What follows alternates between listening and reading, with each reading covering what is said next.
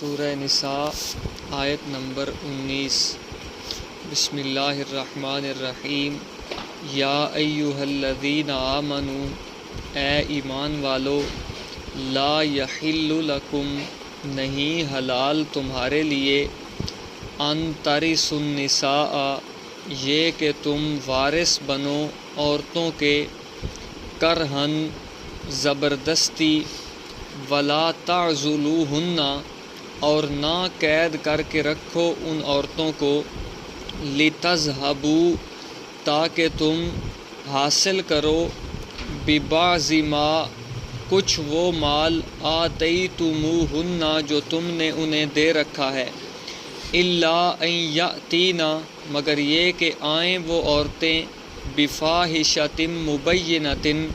واضح بے حیائی کو، وعاشروہن، اور ان کے ساتھ گزر بسر کرو، بالمعروف، دستور کے مطابق، فإن کرہتموہن، پس اگر تم انہیں ناپسند سمجھو، فعسیٰ ان تکرہوا، پس امید ہے کہ تم ناپسند سمجھو، شیئاً ایک چیز کو، ویجعل اللہ فیہ خیرا کثیرا، اور کر دیں اللہ تعالیٰ اس میں بہت زیادہ بھلائی۔ اصلاح ازواج، بیویوں کی اصلاح کے قوانین شروع ہوئے یتیم اور وراثت کے قوانین کے بعد۔ کل یہ 9واں قانون بیان ہو رہا ہے۔ دنیا کے اندر بعض مذاہب ایسے تھے جو خامد فوت ہو جاتا تو عورت کو بھی جلا کر اس کے ساتھ دفن کر دیتے، اسی دن اس کو بھی ختم کر دیتے۔ بعض جہالت کے دور میں ایسا دور بھی گزرا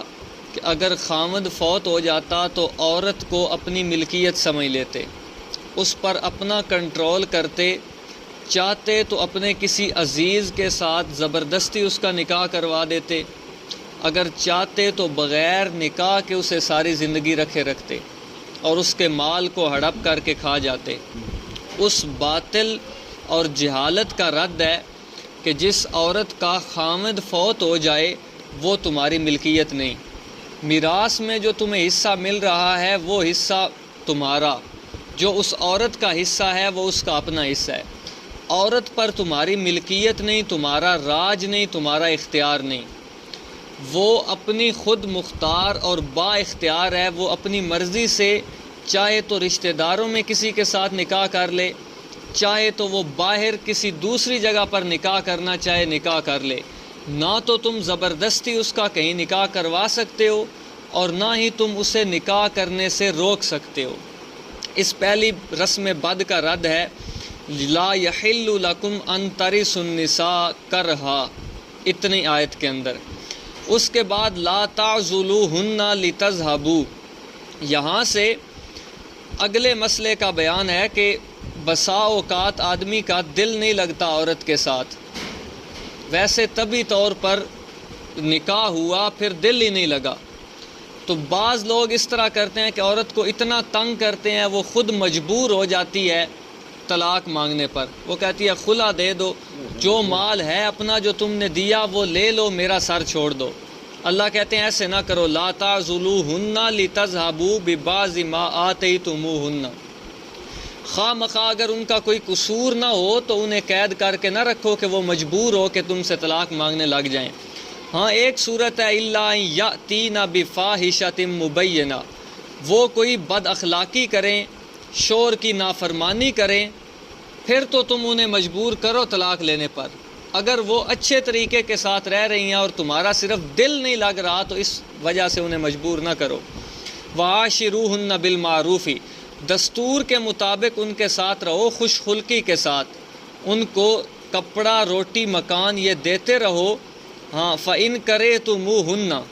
اگر تمہاری طبیعت نہیں لگ رہی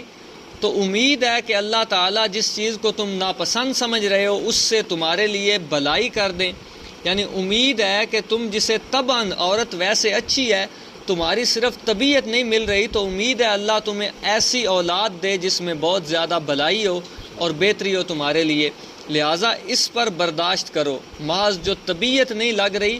اس پر برداشت کرو، تمہیں اس سے بہت زیادہ بھلائی ملے گی۔ یا ایھا الذین آمنوا،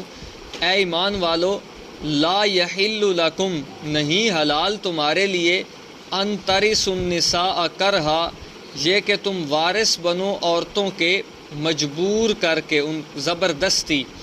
ولا تعضلوہن، اور نہ قید کر کے رکھو ان کو،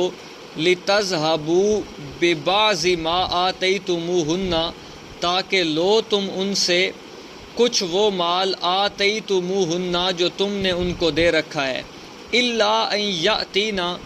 مگر یہ کہ آئیں وہ عورتیں، بفاحشۃ مبینۃ، واضح بے حیائی کو، وعاشروہن بالمعروف، اور زندگی گزارو تم ان کے ساتھ بالمعروف، دستور کے مطابق، فَإِن كَرِهْتُمُوهُنَّ، پس اگر تم انہیں ناپسند سمجھتے ہو طبیعت کے اعتبار سے، جزا معذوف ہے، فَاصْبِرُوا، صبر کرو، فَعَسَىٰ أَن تَكْرَهُوا شَيْئًا، امید ہے کہ تم ناپسند سمجھو ایک چیز کو، وَيَجْعَلَ اللَّهُ، اور کر دیں اللہ تعالیٰ، فیہ، اس چیز کے اندر، خیراً کثیرا، بہت زیادہ بھلائی۔